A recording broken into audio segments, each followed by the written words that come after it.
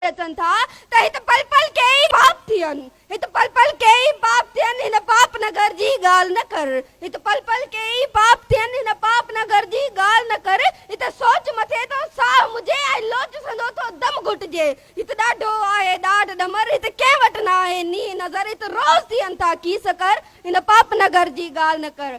जनाब आला उन सॼी हालत खे ॾिसंदे छा तव्हां मां को बि चई सघे थो त सिंध आज़ादु आहे? छा तव्हां मां को बि चई सघे थो त ही सचल सामी ऐं भिटाई जी सिंध आहे जिते न मस्जिदूं महफ़ूज़ न मंदिर महफ़ूज़, जिते न ज़िंदा माण्हू महफ़ूज़ न भरण खां बाद में लाश महफ़ूज़। जनाब आला छा बदतरीन गुलामी न आहे? छा इहे हिन देश हिन धरती जे गुलामी जूं निशानियूं न आहिनि? मां तव्हां खां पुछां थी, मां पाण खां पुछां थी, मां हिते वेठल हर हिक खां पुछां थी, छा ही सचल सामी ऐं भिटाई जी सिंध आहे?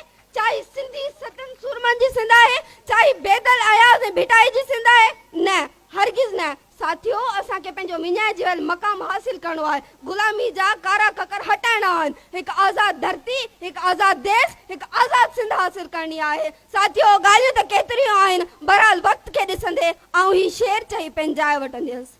अपील आहे नौजवाननि खे, अपील आहे नौजवाननि खे ऐं सिंध जे पासबाननि खे, वरी चोरियो ज़िबाननि खे, ॾकायो आसमाननि खे, भॼायो बदगुमाननि खे, रहायो राज़दाननि खे त जीअं सिंध जी